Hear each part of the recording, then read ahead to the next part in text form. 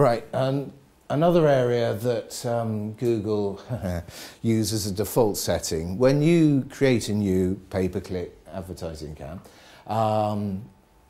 they will come up with keyword suggestions for you. Hey, there are all these other words that you could be using, why don't you target all those? Which of course makes your budget go thinner for the wider area you go for. And Google has an automatic default setting of broad. Now they use the excuse that well, you want the world to know about your website, you want the world to know about your products and services. So what we're doing is being very kind and broadening your message as far as possible. But in actual fact, most people actually want sales and they want to target the traffic that they're getting. So with Wimbledon on, I was sort of trying to be a bit topical. If people type in tennis shoes, Google will blast you broadly. If you type in, however, the three other settings is phrase, exact and negative. Phrase is the keyword phrase that includes your keyword but may well have other keywords in there as well. Exact, those are the ones that you want to go for. Work out what your keywords are and only go for those. You won't get as much traffic, but you'll be saving yourself, or you won't be wasting your budget.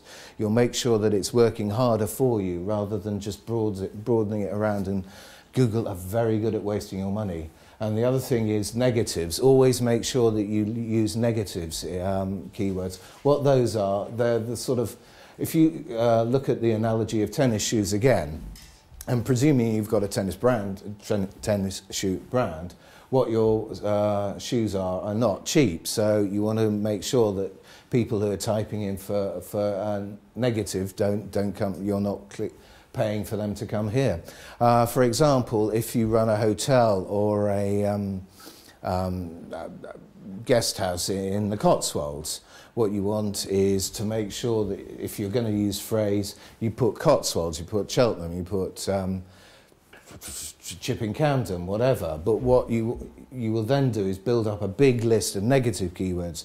You don't want people typing in Swindon, Bristol, Bath, London, Birmingham. You want it, your advertising campaign to be focused on what you do provide, and you don't want it wasted on what you don't provide. And yeah, so when you're looking and when you're setting up the ad campaign, Google comes up with the broad ones, but there's a box. It's sort of, apologies for the vagueness, but around here there's a tiny little box that will say just broad. And if you click on that, there's a drop-down list. You'll then see phrase, exact and negative. And if you click on that, it will then come up with a whole load of options.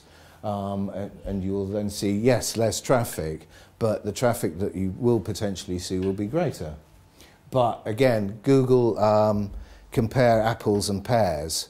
They don't give you, well, in some instances they do give you empirical numbers, but those aren't UK specific in every case, and it can be global, worldwide numbers. But what they do give you is a little, again, green graph, bar graph that says how competitive those keywords are. And so if you're going for keywords that have got a lot of green in them, they think, oh, and you're going to have to pay more for those.